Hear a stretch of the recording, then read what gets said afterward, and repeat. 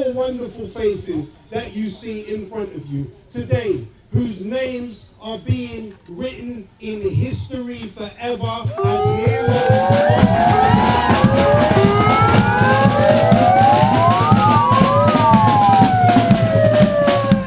What is behind these faces and these names? The accusation is that they were involved in the destruction of 41 Israeli weapons inside Filton.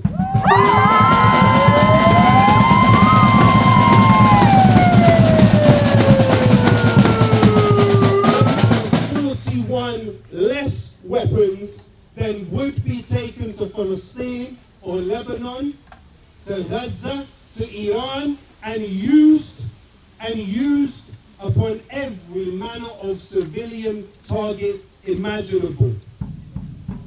41 weapons. 6 of those weapons were redacted in the papers, meaning that 6 of those weapons are secret and are being, the information about them is being held.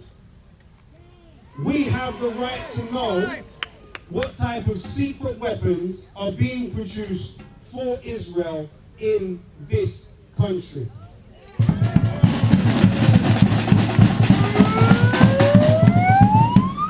These people have taken it upon themselves to reach out their hand and clutch the hand of Gaza and say, we have nothing to do with the government of this country. We have nothing to do with the Israeli military.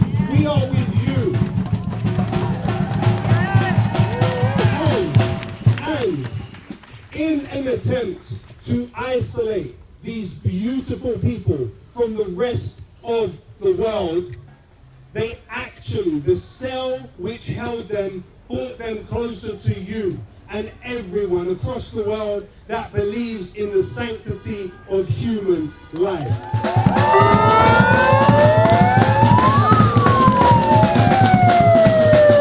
You see, the truth is, resistance to Zionism is a divine right that all of humanity ultimately respects and understands and supports. It takes great bravery, great courage, and great love for other people. It is the most articulate expression of love for other people. The move to resist, even at the expense of your own life and your own interest.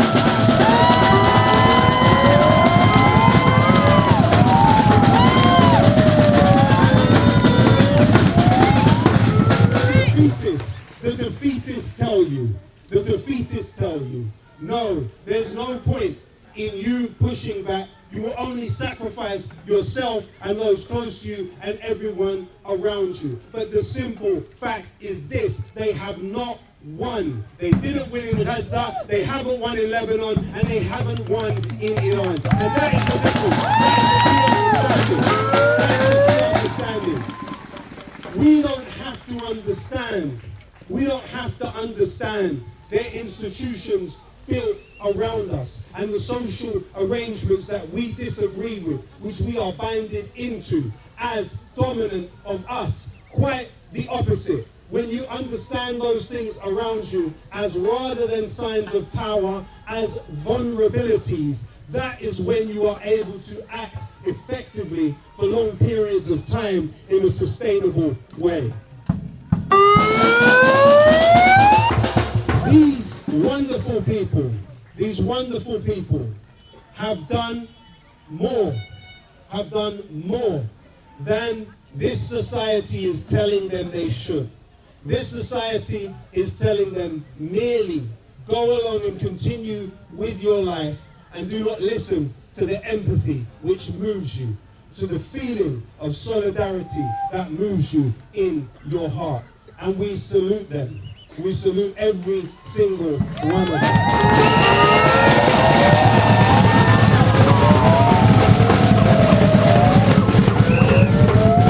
We send all of our love, not only to the heroes of the Filton 25, but every single person that has taken this leap of faith across these years to try and assert their love for others. Whose faces were not seen, but their hands were felt. We salute you. We appreciate you.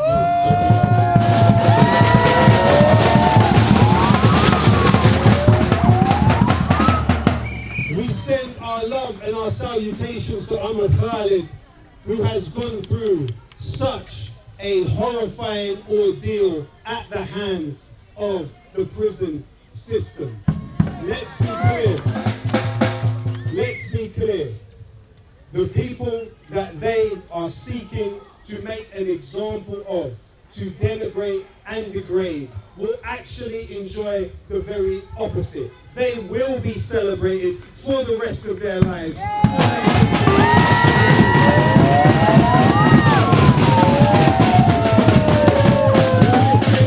Palestine, you say long live Gaza. This is for Palestine, Ramallah, West Bank, Gaza. This is for the child that is searching for the answer.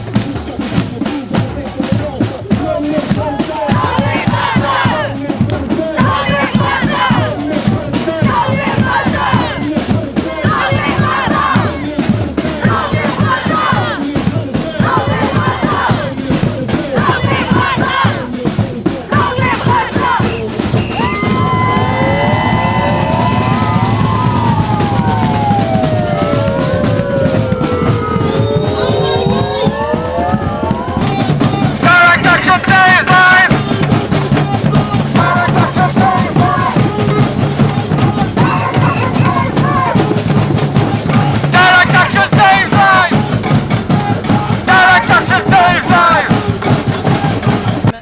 Midwife. I was a midwife for 40 years.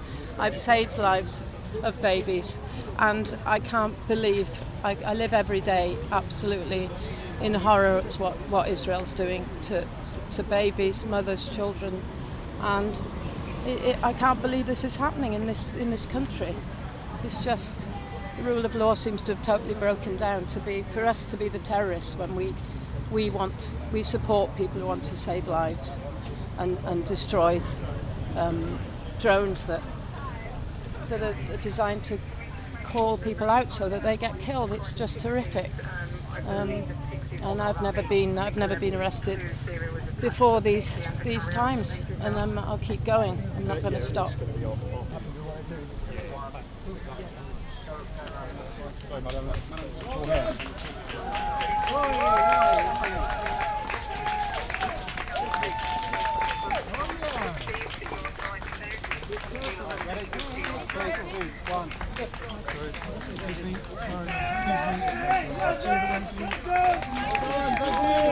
Next one down, please. Next one down.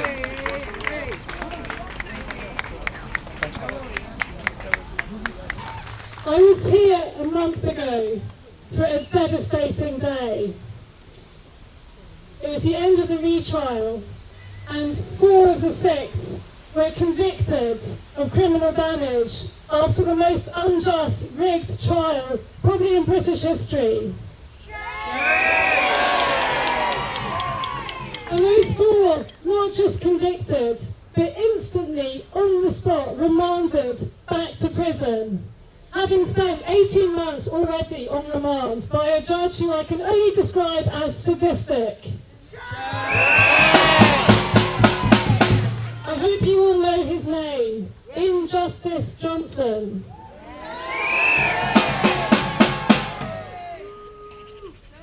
So Zoe and Jordan were acquitted, and there was not even a single smile among us. They are one, we are one family. We were all simply devastated together.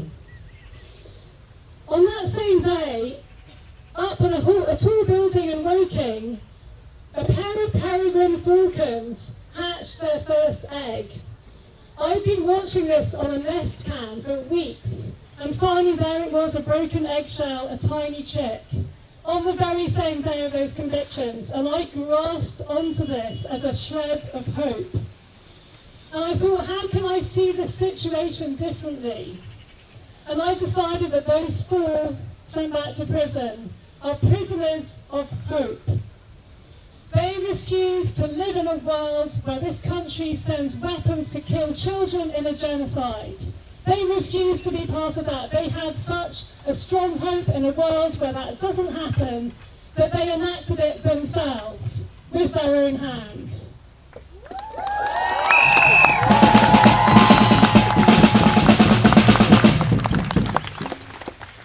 So I wrote a poem. I refuse to say they are in prison. No, they are only hidden from us for a while, nested underneath the warm, dark, brooding feathers of their own outrageous hope. I refuse to say they're serving time. No, time is serving them, forming them within their shells, strengthening their wings, their souls.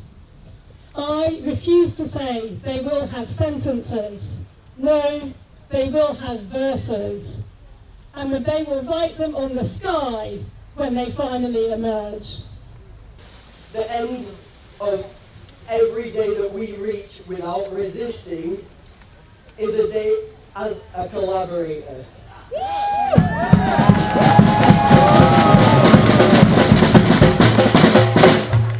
Every day choosing not to listen, talking instead, excusing ourselves back into routines that are sheltered from dawn raids, stopping searches, fatal cuts to benefits, each government, the police, and emboldened racists rolling in another wave of violence against the least protected in this country.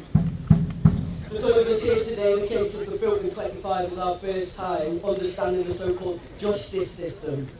We didn't know that black and brown people are disproportionately sent to prison and for longer sentences. The deaths in UK prisons last year averaged at higher than one a day.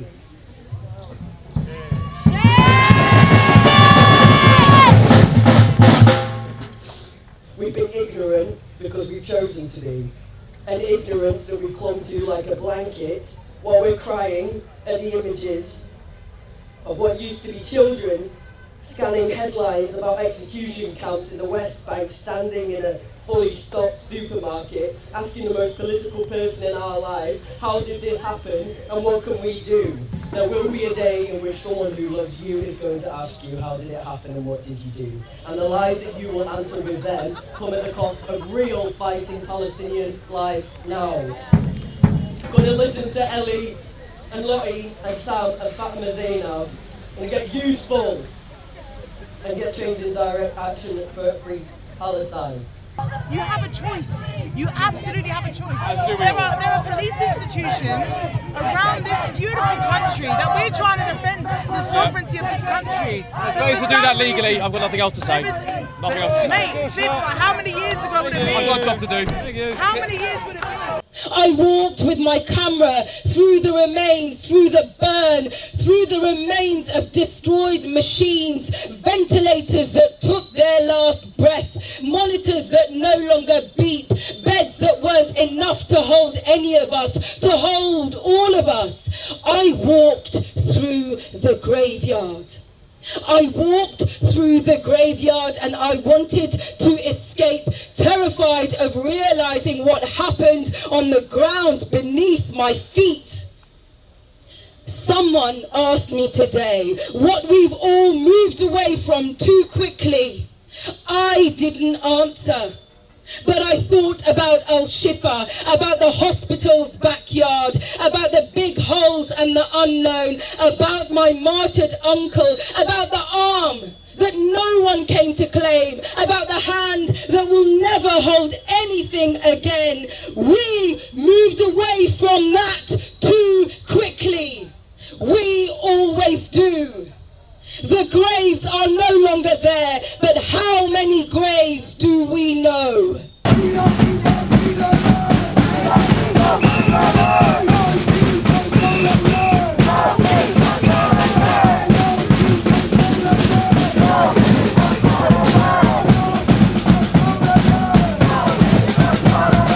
We know that terrorism has absolutely nothing to do with the action itself. Terrorism is about the state's ability to criminalize the thoughts that lead us to action. This is why we are being charged under terrorism, while sex offenders like Mandelson and Andy Boy can sell state secrets as representatives of the so-called UK without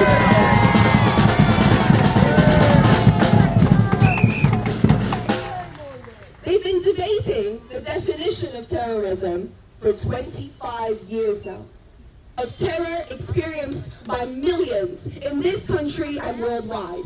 And what is that? Lack of social care, poverty, homelessness, brutal border policies, and imperial wars. State-sanctioned terrorism, policy-driven and deliberate terror, protecting the ideology of free market capitalism, effects of which I witness daily through the stories and the fears of the women held behind the same walls as me. I reject the label of a terrorist as a way to reject the notion that all life isn't equal.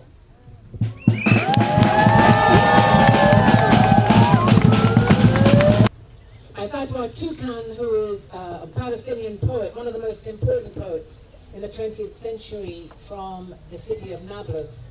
Her life was 1917 to 2003.